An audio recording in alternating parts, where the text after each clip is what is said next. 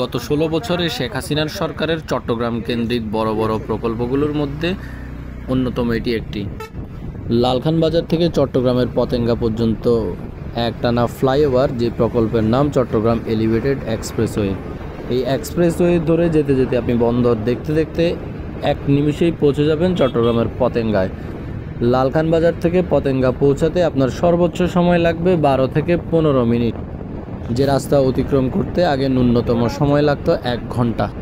চট্টগ্রামের অবকাঠামোগত উন্নয়নে এই এলিভেটেড এক্সপ্রেসটি কতটুকু ভূমিকা পালন করবে সেটি জানা এখন সময়ের অপেক্ষা মাত্র।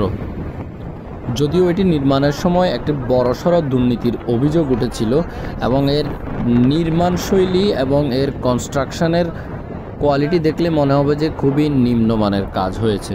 এ কথা বলার পিছনের কারণ, যারা এই এলিভেটেড এক্সপ্রেসওয়ে দিয়ে ভ্রমণ করেছেন তারা বুঝতে পারবেন। সচরাচর আমাদের যে ফ্লাইওভারগুলোতে আপনারা চড়ে অভ্যস্ত, এটির উপর দিয়ে যাওয়ার সময় আপনি গাড়ি চালানোর সময় টের পাবেন এর নির্মাণগত কি ধরনের ত্রুটি থাকতে পারে একজন সাধারণ মানুষের চোখেই বোধগম্য হবে।